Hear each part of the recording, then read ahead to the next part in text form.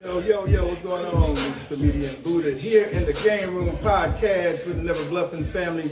In the studio, we have, introduce yourself, young man. What's going on, everybody? It's your man D Ellis Mr Entertainment, Dallas King of Comedy, America's Funny Man, in the building, hanging out with my people. Was caught up with them last night, man. It's a blessing and a half to just catch up, back up with good people, man. What's happening with you, Buddha? Man, nothing, man. Just doing the same thing you doing, man. Right. You know what I'm saying? Yeah, grinding, man, getting things in order. The same thing, bro. Yes, sir. Getting these shows out the way and making people laugh with the blessing that God gave us, right? That's right. That's right. That's good. Tell me a little about yourself, man.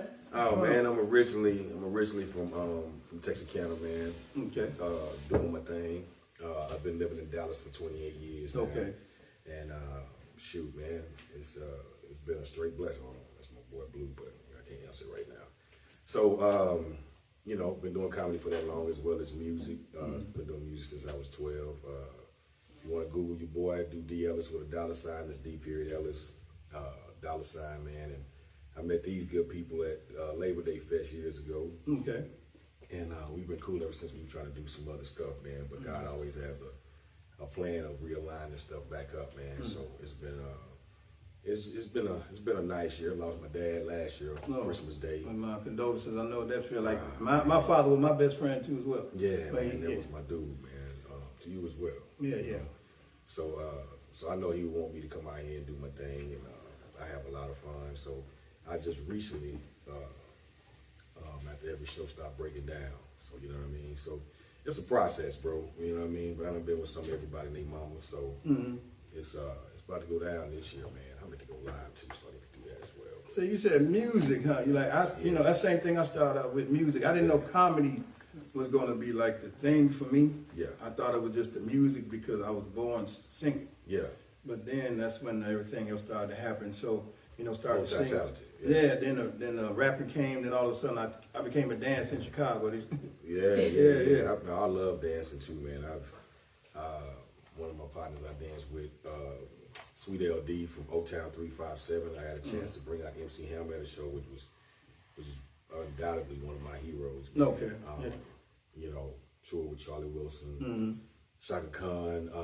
Man, the list is crazy. But a lot of folks you see on TV and you mess around and perform with them, man. It's a blessing and a half. Yes, you ain't joke. Yeah, I feel you on that one. Yeah, that is a blessing and a half. So I don't take none of it for granted, man, because laughter's good for the soul, as we always say. Yes. So, but I'm able to showcase my talent, and I just got a plaque for one of my songs last year from iTunes. Matter of fact, I let D hear it last night. What kind of song? What kind of music? Hip hop, and I write R&B as well. I got songs I hadn't even released yet, but I got movies on Tubi. I got Lady Luck 1 and 2. We just got the rights back from Lady Luck. That's the mom from Soul Food in the first one. Right. Yes. I also got Lawn Boy, but I also got this movie called Recession Proof with Clifton Powell. So we're gonna do some breakout stuff this year, man. So, you know what I mean? So, but just building that resume up and not selling your soul to get on. No. See, that's the thing I always thought. Yeah, that's the thing I always say to myself too. Just a limit where God wants people like us to be. He don't want you to be so far out because He know that we don't know. You know. Listen, you gotta stay prayed up in this business, man. True. It can be crazy. Surround yourself by some good people. Then when I go home, man, I like to cook. Right. I'm chilling. You know what I mean? Yeah. Shout out to my Rat Pack crew. The Rat Pack's a comedy, man. That's something I started a tour right before COVID. That's me, Comedian Q, Shed G, which is one of my frat brothers here, Kappa, and my boy Gross, man, out of Houston. So we just started touring again. We just did Plano. We're about to go to Richmond, Virginia. We're about to go to Virginia Beach, Killeen, Texas. Okay. Also Little Rock. Little Rock, we coming. Yeah, you said Q? Yeah, Comedian Q. You to be heavy Q? No.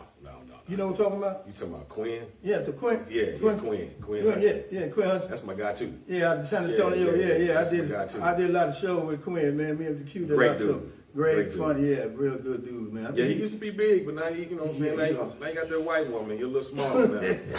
Yeah, he lost a lot of weight. He did. He went almost vegan. He's still a fat dude.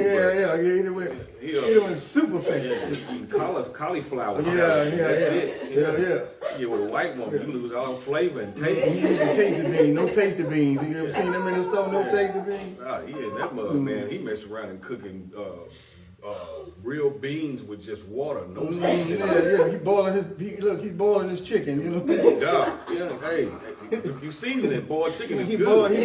boiling in a boiler. He boiling chicken. You take it out. I ain't saying all white women can't cook, but it's the ones I experience. You know, hey, get off TikTok if you can't cook.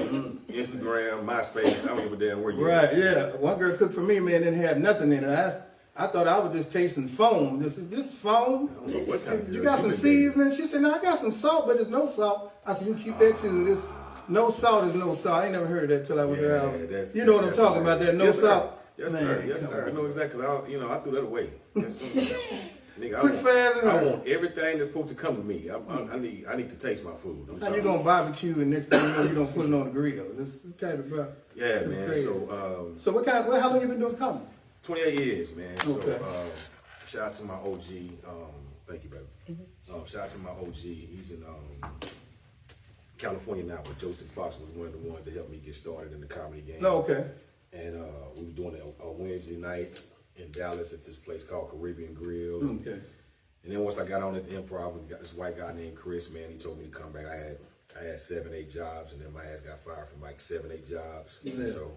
And here I am, man. So, and then the thing I tell cats is never stop enjoying it. No, never stop enjoying it. I think that's what they do too. I don't care who's in the audience, man. You never know who say, hey, man, let me go ahead and change your life, bro. You know what I mean? I don't knock no internet comics. I don't do none of that. That just wasn't my path. I came up with a harder way. You had to make folks laugh first. Right.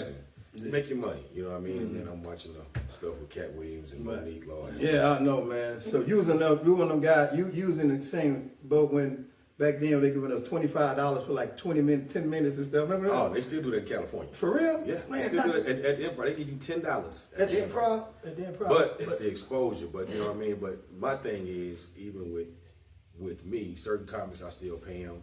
But it's getting that repetition. That you know what I mean? So a lot of cats that come in the game, they thinking they supposed to make the money that I make immediately. I'm like, nigga, you ain't did nothing. You know what I mean? Nothing. Now, if you funny, it's one thing. Right. You know what I'm saying? But I'm not gonna take away from that because I did shows with a couple of internet sensations, man, and it was, they had the following, but the jokes wasn't quite right. Yeah. So you hustling backwards. True, and that's what that's who was comedian talking about that. They said you got to know the difference between being a comedian and being a blogger. Yeah. You know what I'm saying? And see, they said now, and being a blogger is totally different than being a comedian because being a comedian, you got to go. It's something. It's a craft. Yeah. It ain't something that you happened overnight. Yeah. Like to me, it was already in you just as well as it was in you. Yeah. You know, these bloggers learning how to do something, they think they're funny. Then when they get on stage, they're not funny.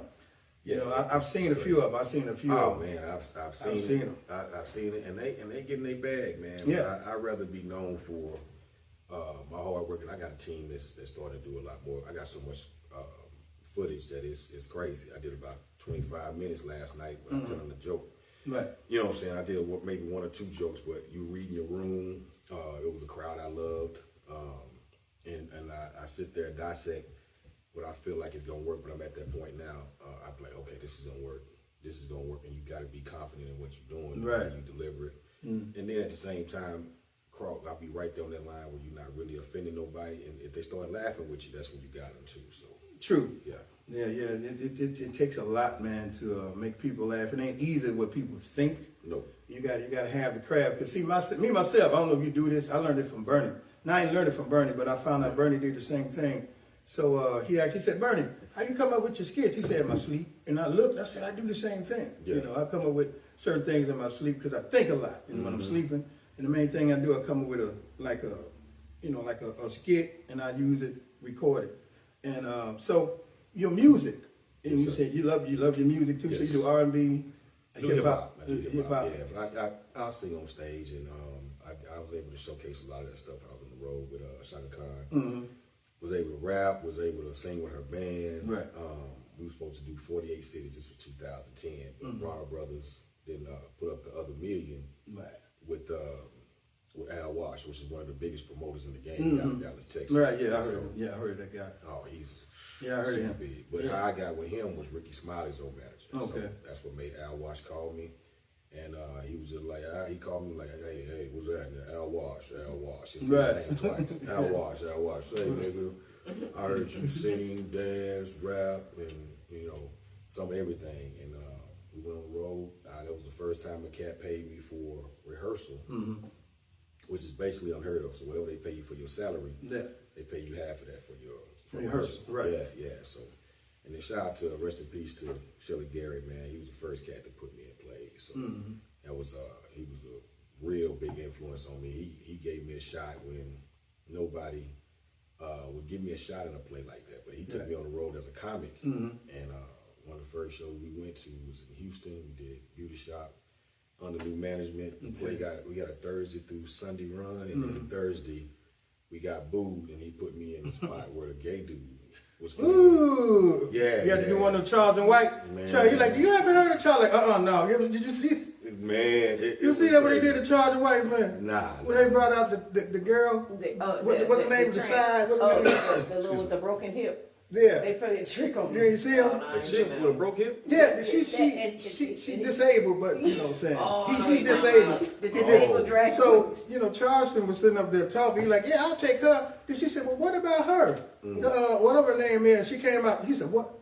He walked out. Yeah, he said, no. He said, give them their money back. I've seen some of them. Give them their money back. He said, we paid. He said, no, you paid me for now, but no, I'm gone. No, I'm gone. No, man. Hey, listen, man. Hey, it's crazy out here now. Yeah, it is.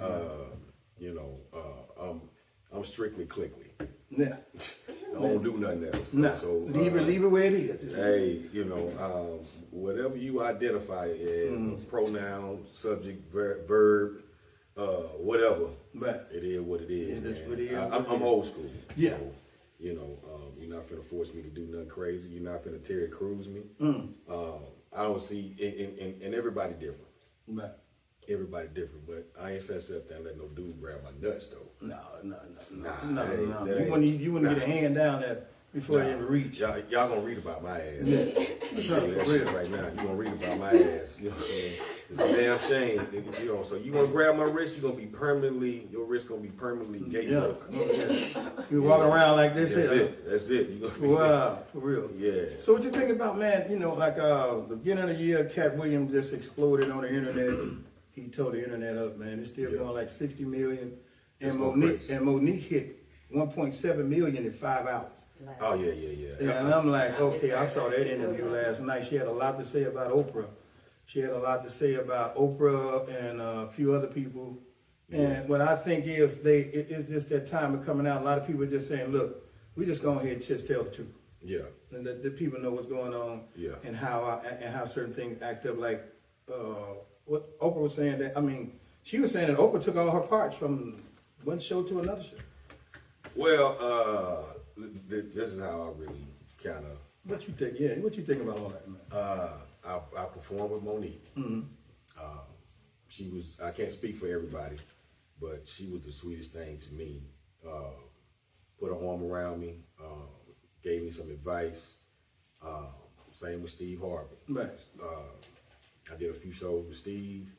Then he embraced me, and I remember going to coming to the studio one day, and we were just talking. He was just like, "Yo, you got the right attitude. You gonna make it." So you go back to even Sid, me performing with Sid. So everybody experience is different. Yeah. You know what I mean? Everybody. I performed with Cat twice. So when you perform with these cats and you have different experiences, I don't jump on the bandwagon either. No. I'm not a bandwagon comic just because somebody saying something. And I love everybody, you know what I mean? Or try to. Now, I'm not saying I don't get along with somebody, but if I don't like your ass, you don't know it. True. You ain't lying. You are absolutely gonna know it. When I saw them last night, if it's love there, my face and my facial expression and a lot of stuff will tell you if I don't like somebody. True. It will be immediate. Ain't gonna be nothing fake. Ain't gonna be none of that, man. So God has been too good to me, and then they've been the same people. I love good people. Right. You know what I mean? That's good. We was talking last night, and they was talking about how folks had, messed them over, and You know what I mean? And then you go through some of that stuff to get to good people. Right. know? That's what life builds. Life builds off experience. Yeah. And you got to go through experience to understand what's really going on in your life. Now, and some of life that shit, you be like, nigga, You're right. Don't do this, nigga. Yeah, for real. You be asking God, Lord, where Man, this nigga come trust. from? Man, trust. I know what you mean. But then a lot of times if it happens early on, he'll remove people out your life. So you don't have to go through that. You know what I'm saying? Because if you lose something, he'll replace it. You know what I'm saying? I've seen it time and time again. The energy you put off is the energy you get back. whatever you get a universe is going to give it right back to you. Yeah. And I believe that very cautiously, because what you dish to others, you did to them. That's why God say, love your neighbor like you love yourself. Man, that'd be hard too. Yeah, you know, and That's why you gotta move to another neighborhood. no. You know what I'm saying? Let me get me some Loving new your neighbors neighbors. like you love yourself. But see, that's a metaphor of saying, love them like you love yourself. So they just use the neighbor metaphor of loving yourself. You love yourself, love them like you love yourself. And even with and the higher you go up, a lot of times, even with your family members. Yeah, yes. You know, you gotta leave them alone. I love family members alone. Yeah. And they'll get jealous and think and feel entitled because of you starting to be successful, that they feel like you owe them something. You know what I mean? And it is bananas because it's some relatives, of mine I don't even fool with, and I sleep good. I sleep damn good. You know what I'm saying? Do that now. Cause you know, hey, you can't take none of this shit with you. You know what I mean? Folks, you got these bandwagon folks and stuff like that, and you know, I try to read good energy with people, man. So we sat and broke bread last night. You know what I mean? And my apologies because I told Daniel, because he was like, man, you never turn my call. I'm like, bro, I said, please charge. I said, when I meet good people, I return the call. I said, it had to be something going on. And then his wife, you know, she was like, hey, I done lost all this weight. I said, so now you know, went from Professor Clump to Buddy Love. I'm not supposed to recognize you. Right off the back, you know what I mean? She came through with her, you know, with her little Kim coat on and everything. Man, she was like she was itching, bro. Like, all the animal material on the inside of that coat. And then he didn't look at her in the eyes because he was like, babe, I tell you not to wear that shit outside the house. He's just like a nice, like a decorative pillow from home, bed back with the Well, you know what? That's what you said that about my wife. You know what I'm saying? I lost a lot of weight. You know, I lost weight. You know what I'm saying? Sherman told me I have to lose weight too. Sure did. Sherman told me that. Sure did. He told us, oh, I have to lose weight. He didn't teach me how to damn so thing. the same voice. But you see, when I tell you that, a lot of people have sit here and told me that you need to do what you do. Yeah, we can go all day long. Okay, we can go all day long with that. Yeah, you know what yeah. I mean? So I started off doing, I've been doing voices since high school and stuff like that, bro. But one thing, and that's just me personally, I wanted to make sure I told jokes, and then the sweetener was actually the voices. Because at one point, my bit with Bernie, I was in the show with Bernie so much, I said, you know what, let me come with my own identity with a whole bunch of stuff, and that's just me, you know what I mean? And then just, like I said, reading the room and having fun. If I see you over there and you steady laughing, because it's hard to make black folk laugh. Man, look, it's caught on where you at. It's caught on where you, because me, I'm from Chicago. Yeah. And if you can get people to recognize where you from, and you know, you get to talking about, like the joke I had, get to talking about the roaches. Yeah. You know, I was raised around roaches, you know what I'm saying? So, you know, my favorite cereal, Raisin Bran. My mama waking me up and tells me to go downstairs. She said, baby, your cereal on the table. I said, ooh, mama, Raisin Bran. Yeah. She said, boy, no goddamn Raisin Bran. You better flip them roaches up out that goddamn cereal. See, that's the type of thing, you know what I'm saying? That's the same with Sugar Smacks. Yeah, you know what I'm saying? Sugar Smacks look like roaches. Yeah, they do. You gotta sort them jokers out. You be like, you know what? That's a baby. Okay. Okay, and everything is. It was good talking to you, bro. Oh no, I just got a call. They're gonna tow my car if I don't go get my car in 15 minutes. Oh, that's the car. That's the call I just got. Oh. So that's what I'm looking like. Oh, shit, that's messed up my whole damn. He got quiet as hell. Child support court. It's been over 40 years of child. Let me get back over here. Yeah. Because my car is stalled out. So. Hey, well, shout out to everybody, man. Yes. Appreciate my people's here at their crib, man. Daniel and his beautiful wife, man. Grateful. Holler at your boy D Ellis ENT on Instagram. Google your boy DLisWorld.com. All my social media is on there, man. So San Antonio, I'll be back May 18th. Yep. May 18th, we trying to lock that contract in, and I'll Okay. be on stage with you. We're gonna have some fun. All right, let's have some fun on stage, bro, for sure. Yeah, man. Good talking to you. Many blessings to you. Thank you, bro. And this is the Gameroom podcast, and y'all, and this is presented by Nevah Bluffin Entertainment. And get ready for May 18th for the first annual R&B What you say? Love May Fest. what? May 18th R&B Love You Fest. said May 18th. Yeah, May 18th. Yeah, May 18th. Yeah, the TH. Yeah. May 18th. Yeah. In this Love Jam. R&B Love Fest. And, y'all have a good. He trying to get to his car. They gonna tow it. All right. Yeah, I was raised in Mississippi, so the team on that. So y'all have a blessed day. Yes, sir. God bless y'all. Let's go. Take it easy. Peace.